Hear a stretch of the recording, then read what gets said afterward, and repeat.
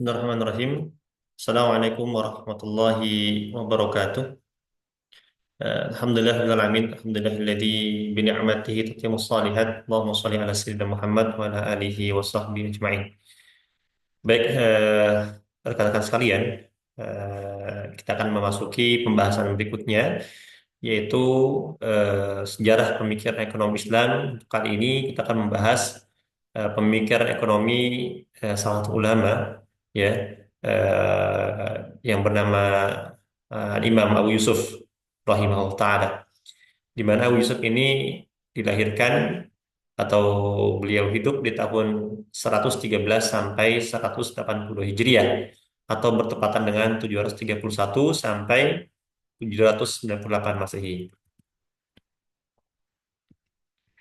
Nah, seputar biografi singkat dari Abu Yusuf sendiri, beliau bernama Yakub bin Ibrahim bin Habib bin Khunais bin Sa'ad Al-Ansari Al-Jalbi Al-Kufi Al-Baghdadi, atau lebih dikenal panggilan beliau ialah Abu Yusuf. Beliau lahir di Kufah dan wafat di Baghdad, dan nasab ibunda beliau itu ternyata masih mempunyai hubungan darah dengan salah seorang sahabat Rasulullah Shallallahu Alaihi Wasallam, yaitu Sa'ad Al Ansari, ya, radhiyallahu anhu. Dan beliau, ya, Abu Yusuf, tercatat menjadi salah satu murid, ya, kesayangan Imam Abu Hanifah, ya, seorang ulama pendiri mazhab Hanafi, dan beliau pernah berguru, menimba ilmu kepada Imam Abu Hanifah selama 17 tahun, ya. Nah, kemudian beliau juga punya murid, ya, yang bernama Muhammad bin Hasan Asy-Syaibani, atau nanti lebih kenal kita akan panggil beliau, ya, dan kita bahas juga, ya, Imam Asy-Syaibani, ya, setelah ini, setelah Abu Yusuf, ya. Dan juga beliau juga punya murid, yaitu Imam Ahmad bin Hambal. Jadi eh, ya, Imam Ahmad bin Hambal ini nanti yang mendirikan, di antara empat mazhab terkenal. Tadi kan Abu Hanifah merupakan guru beliau, Abu Yusuf. Nah, murid beliau Imam Ahmad bin Hambal ini ialah seorang fuqaha di mazhab Hambali. Ya, dan Abu Yusuf ini hidup di zaman masa pemerintahan Harun al-Rashid, gitu ya, di zaman Bani Abbasiyah. Ya, pada zaman atau pemerintahan Harun al-Rashid ini, Abu Yusuf beliau diangkat menjadi seorang ketua Mahkamah Agungnya ketika itu, atau sebutannya ialah Qadhi Al-Qudah, ya. Dan beliau juga seorang ulama yang produktif, ya, menulis beberapa kitab atau karya tulis, ya. Ada contohnya di sini ada Al-Athar, di mana kitab ini merupakan kitab yang menghimpun hadis-hadis yang diriwayatkan dari para guru beliau dan juga dari ayahnya, ya. Ada kitab Ikhtilaf Abi Hanifah wa Ibni Abi Laila. Ada kitab Al-Rad ala Syiar Al-Auza'i, di mana kitab ini merupakan beberapa pendapat dan pandangan beliau tentang beberapa hukum Islam, yang merupakan himpunan dari beberapa kritikan, ya, dan sanggahan-sanggahan beliau, ya, terhadap pendapat Imam Al-Auza'i, ya, berkaitan tentang perang dan jihad. Nah, ini Masya Allah, di mana ulama itu memang ulama, seorang manusia yang memiliki kepakihan di zamannya, tapi budaya ketika ada mungkin perbedaan pandangan, itu biasanya itu dikemukakan melalui karya-karya tulis, gitu ya, ya, dan tentunya tidak dengan cara yang ahsan, ya, dan tidak saling menjatuhkan seperti itu. Kemudian kitab yang lain adalah kitab Adab wal Qadi, di mana eh, tentang ketentuan-ketentuan atau adab-adab seorang hakim, ya. Beliau menulis kitab ini. Kemudian kitab Al-Maharij fi Al-Haidi, ini kitab yang menuliskan tentang kajian beliau tentang biologi, ya, tentang binatang-binatang maupun hal-hal lain yang berkenaan dengan hal tersebut. Ada juga kitab Al-Jawami', ya, kitab ini banyak memuat tentang hal yang berkenaan tentang pendidikan. Insya Allah, ya, sangat produktif sekali. Nah, di antara kitab tersebut yang beliau tuliskan, yang menjadi konsen kita ialah tentang pandangan ekonomi beliau, dan banyak ini dimuat dalam kitab Al-Kharaj, ya. Ini merupakan kitab monumental yang membahas tentang perpajakan atau tentang kebijakan fiskal, ya, kebijakan fiskal sebuah negara, ya. Nah, tapi ternyata memang dalam sejarah Islam, ulama mencatat ini bukanlah kitab pertama yang dituliskan dalam Islam yang membahas tentang pajak. Tapi ada tulisan dari seorang yang bernama Muawiyah bin Ubaidillah bin Yasar yang wafat tahun 170 Hijriah, di mana beliau ini awalnya seorang Yahudi, kemudian masuk Islam, ya, dan menjadi seorang sekretaris dari Khalifah Abu Abdillah Muhammad Al-Mahdi, ya, ya, seorang pemimpin dari Bani Abbasiyah, ya. Tapi ternyata kitab ini yang beliau tulis ini itu hilang kemana di telan zaman. Nah, Al-Kharaj, ya, yang ditulis oleh Abu Yusuf ini, kenapa beliau menulis? Ternyata memang ada alasannya, yaitu perintah, ya, dan pertanyaan dari Khalifah Harun al-Rashid, ya, ketika itu. Jadi memang punya alasan birokratik, gitu ya, birokratik, yang memang perintah dari seorang khalifah, ya, untuk merespon permintaan beliau khalifah yang ingin menjadikan semacam pedoman, ya, dan petunjuk administratif bagaimana beliau mengelola Baitul Mal, gitu ya. Nah, kemudian, ya, dinamakan kitab Al-Kharaj, di mana Al-Kharaj itu artinya keluar atau mengeluarkan dari tempatnya atau upaya untuk mengeluarkan, gitu, ya. Nah, kharaj juga diartikan sebagai apa yang dibayarkan untuk pajak tanah pertanian atau pajak dari hasil hasil bumi. Nah, pada bagian inti pembahasan judul, ya, itu berkenaan dengan pembagian harta rampasan perang atau ghanimah, fa'i maupun kharaj, ya. Dan kharaj juga dikembangkan ke arah pengertian yang lebih luas, yaitu hasil karya ilmu ekonomi yang meliputi tentang sumber kekayaan umum. Ya. Nah, mungkin teman-teman di sini atau kita pada awalnya,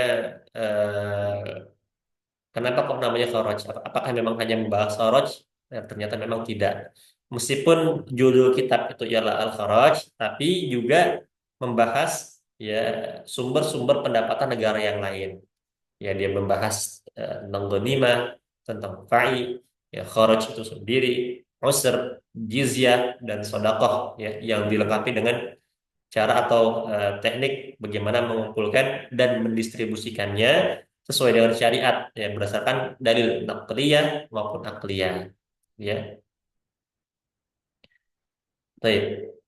Nah, penekanan kitab ini itu terletak pada tanggung jawab penguasa, bagaimana penguasa itu memiliki tanggung jawab untuk mensejahterakan rakyatnya, ya. Kemudian juga membahas tentang persoalan perpajakan, pengelolaan pendapatan, dan pembelanjaan publik, gitu ya. Baik. Nah, kemudian kitab Al-Kharaj ini pun mencakup berbagai macam bidang, ya. Di antaranya ialah tentang pemerintahan, di mana seorang khalifah, ya, adalah wakil Allah di bumi untuk melaksanakan perintahnya, ya, dalam hubungan hak dan tanggung jawab pemerintah terhadap rakyatnya. Kemudian tentang keuangan, di mana prinsip, ya, uang negara bukanlah milik khalifah, tapi ia merupakan amanah Allah dan rakyatnya dan harus dijaga dengan penuh tanggung jawab. Kemudian juga membahas tentang pertanahan, ya, tanah yang diperoleh dari pemberian dapat ditarik kembali kalau tanah itu nggak digarap selama 3 tahun dan diberikan kepada yang lain. Ini mirip semangat yang pernah juga kebijakan diterapkan oleh Umar bin Khattab, ya, pada masanya, ya. Kemudian juga membahas tentang perpajakan, ya. Kemudian pajak hanya diterapkan pada harta yang melebihi kebutuhan rakyat yang ditetapkan berdasarkan pada kerelaan mereka untuk dengan prinsip yang adil dalam kacamata syariat. Pun, ya, membahas bidang tentang peradilan, di mana hukum tidak dibenarkan berdasarkan hal yang subhat, ya. Dan ini menarik, ya, beliau punya prinsip kesalahan dalam mengampuni lebih baik, ya, daripada kesalahan dalam menghukum, gitu ya, insya Allah. Dan jabatan nggak boleh menjadi bahan pertimbangan dalam persoalan keadilan. Semua itu sama di mata hukum, ya, baik keluarga pejabat maupun rakyat biasa. Nah, kita ke bagaimana pemikiran ekonomi beliau, ya. Nah, beliau, ya, Abu Yusuf ini merupakan ulama yang beraliran Ahlul Ra'yu. Ya, kenapa? Karena memang beliau murid utamanya dari Imam Abu Hanifah, gitu ya, di mana Abu Hanifah merupakan apa ya? Bisa dikenal soko gurunya dari ulama Ahlul Ra'yu, karena memang terbagi menjadi dua lebih kurang ya, para fuqaha itu dalam metode istinbat hukumnya ada Ahlul Ra'yu, ada Ahlul Hadis.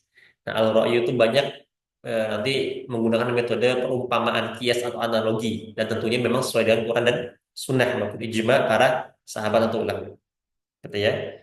Nah, kalau al hadis itu biasanya tuh memang mengutamakan dalil-dalil dari nas, ya, Quran maupun hadis-hadis sangat kuat.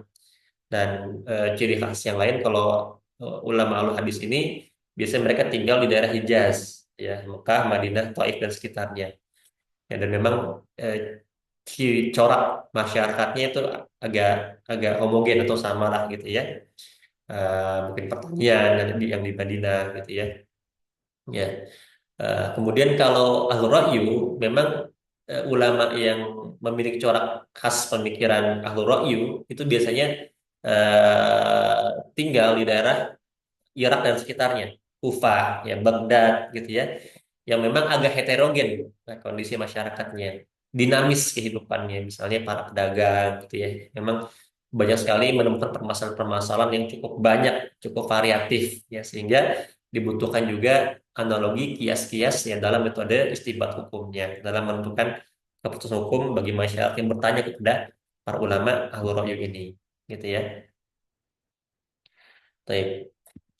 Nah, eh, tentang keuangan publik, nah, ini merupakan kekuatan utama dalam pemikiran Abu Yusuf ini dalam ekonomi gitu ya.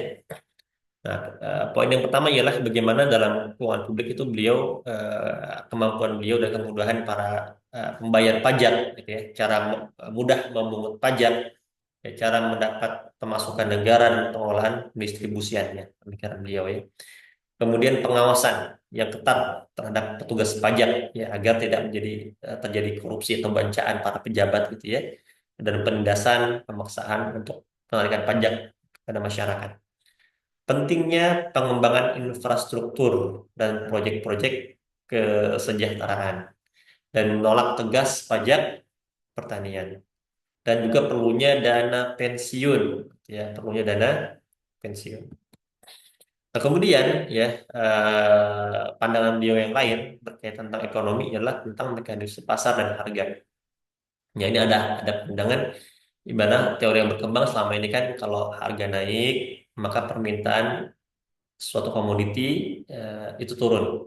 Nah, sebaliknya jika harga itu turun, maka permintaan terhadap barang itu akan naik. Ini hukum permintaan ya, yang pada umumnya kita ketahui.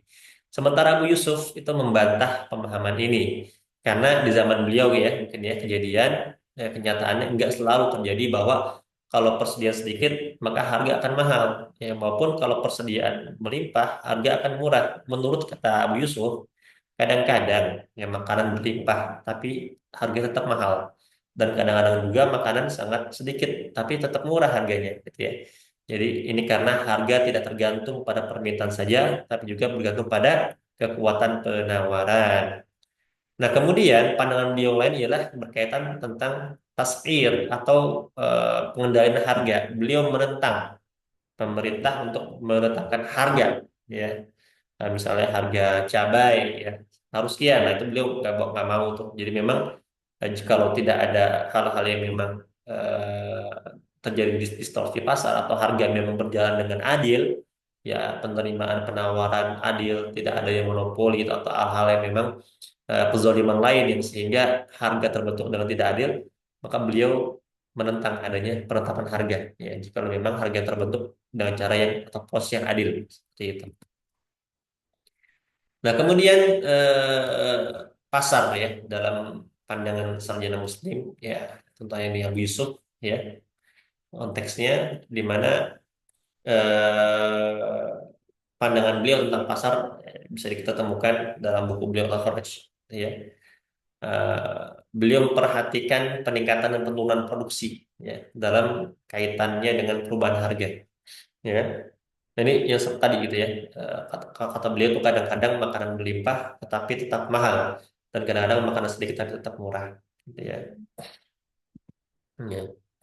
Tidak ada batasan tertentu tentang murah dan mahal yang dapat dipastikan gitu ya. Hal tersebut ada yang mengaturnya. Prinsipnya tidak bisa diketahui. Murah bukan karena melimpahnya makanan, demikian juga mahal tidak disebabkan karena kelangkaan makanan. Tapi murah dan mahal itu merupakan ketentuan Allah Subhanahu wa taala. Jadi memang sunatullahnya yang menetapkan harga itu ialah Allah Subhanahu wa taala. Jadi Abu Yusuf di sini menegaskan bahwa ada beberapa variabel lain yang mempengaruhi, ya, tapi beliau nggak merincinya. Bisa jadi variabel itu ialah pergeseran dalam permintaan, jumlah uang yang beredar di suatu negara, maupun penimbunan dan penahanan barang atau semua hal itu. Ya, jadi memang ketika hal ini beliau kemukakan karena memang ada fakta yang terjadi zaman beliau ketika itu, gitu ya. Nah, ini kurva permintaan pada umumnya ya, fenomena apa namanya? Kalau memang eh, Q1 sama dengan P1, ya, Q2 sama dengan P2. Kalau ada kelangkaan, ya, jumlahnya sedikit, maka harga cenderung tinggi di P1. Nah, sementara pada barang melimpah, maka cenderung harga tuh turun P2, gitu ya.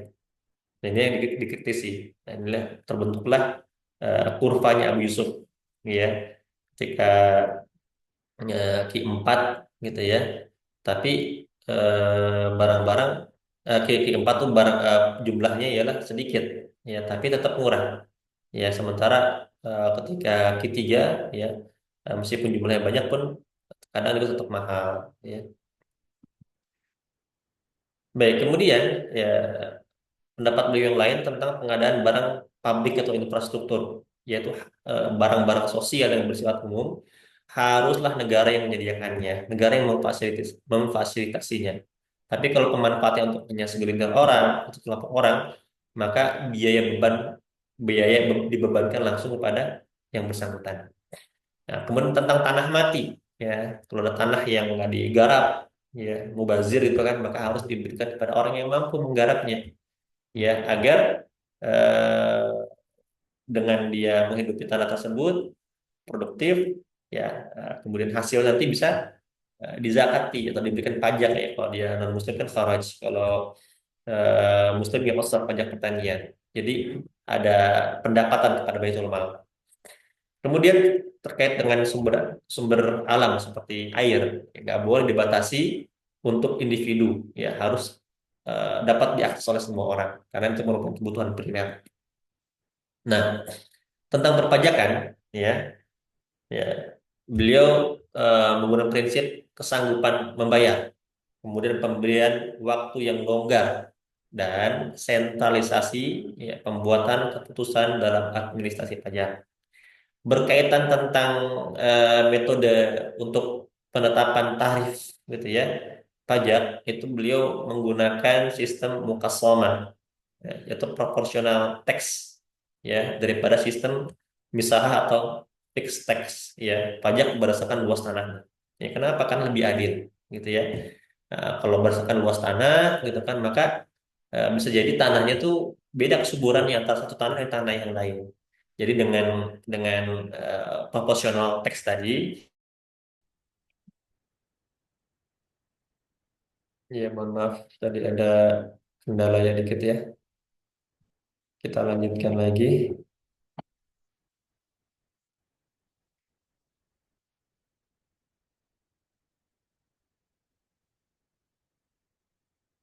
Baik, ya. Jadi beliau lebih mengutamakan eh, metode pajak dengan mukosamah, proportional tax, lebih adil.